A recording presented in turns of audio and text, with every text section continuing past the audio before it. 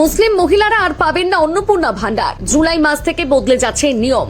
বহু বিবাহের কারণে মুসলিম মহিলাদের টাকা বন্ধ করতে চলেছে সরকার। গুজব নাকি সত্যি? হঠাৎ কেন উঠল এই ভাতা বন্ধের দাবি? মুসলিম মহিলাদের টাকা বন্ধ হওয়া নিয়ে কি জানালো নবান্ন? জানুন এই প্রকল্পে বন্ধুর আসল সত্য। মহিলাদের হাত খরচের জন্য প্রাক্তন সরকার তথা তৃণমূল গোষ্ঠীর লক্ষ্মীর ভান্ডার প্রকল্প চালু করেছিল, যা জাতি ধর্ম নির্বিশেষে সকলকেই দেওয়া হতো।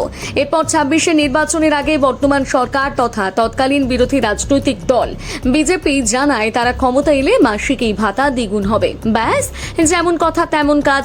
ক্ষমতা এসে ভাতা দ্বিগুণ করে দিলেন সরকার পক্ষ, কিন্তু বিপত্তি বাধল এরপরে। শোনা যাচ্ছে আগামী জুলাই মাস থেকে নাকি মুসলিম মহিলাদের জন্য বন্ধ হতে চলেছে অন্নপূর্ণা ভান্ডারে ৩,০০০ টাকা। সম্প্রতি রাজ্য সরকারের প্রধান সচিবালয় নবান্নে একটি হিন্দু সংগঠনের পক্ষ থেকে ডেপুটেশন জমা দেওয়া হয়েছে। সেখানে ওই সংগঠনের স্পষ্ট দাবি, মুসলিম মহিলাদের অন্নপূর্ণা ভান্ডার প্রকল্পের সুবিধা দেওয়া বন্ধ করা হোক। কারণ হিসেবে তাদের যুক্তি, মুসলিমদের একাংশ সরকারকে মান্যতা দেয় না। তাছাড়া এক একটি পরিবারে বহু বিবাহের জেরে একাধিক মহিলা এই প্রকল্পের সুবিধা পেয়ে যাচ্ছেন, যা সরকারি কোষাগারের ওপর অতিরিক্ত চাপ তৈরি করছে।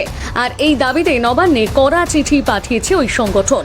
এদিকে এই ডেপুটেশন জমা পড়ার পরে সামাজিক মাধ্যমে জোর গুঞ্জন শুরু হয়েছে। প্রশ্ন উঠছে, জুলাই মাস থেকে কি সত্যি মুসলিম মহিলাদের টাকা পাওয়া বন্ধ হয়ে যাবে? সরকারি সূত্র এবং অন্নপূর্ণা ভান্ডার প্রকল্পের নির্দেশিকা খতিয়ে দেখলে পরিষ্কার জানা যাচ্ছে এই দাবিতে কোনো সরকারি শিলমোহর নেই। রাজ্য সরকারের পক্ষ থেকে অফিসিয়াল এমন কোনো সিদ্ধান্ত নেওয়া হয়নি। তাছাড়া কোনো একটি সংগঠনের ডেপুটেশন জমা দেওয়ার অর্থ এই নয় যে সরকার তা কার্যকর করছে।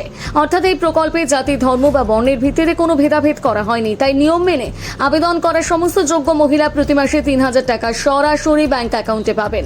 এই প্রকল্পে এখন অনলাইনে আবেদন করা সম্ভব। এর জন্য সরকারি পোর্টাল socialsecurity.wb.gov.in ওয়েবসাইটে লগ ইন করলে মিলবে অন্নপূর্ণা যোজনার ফর্ম।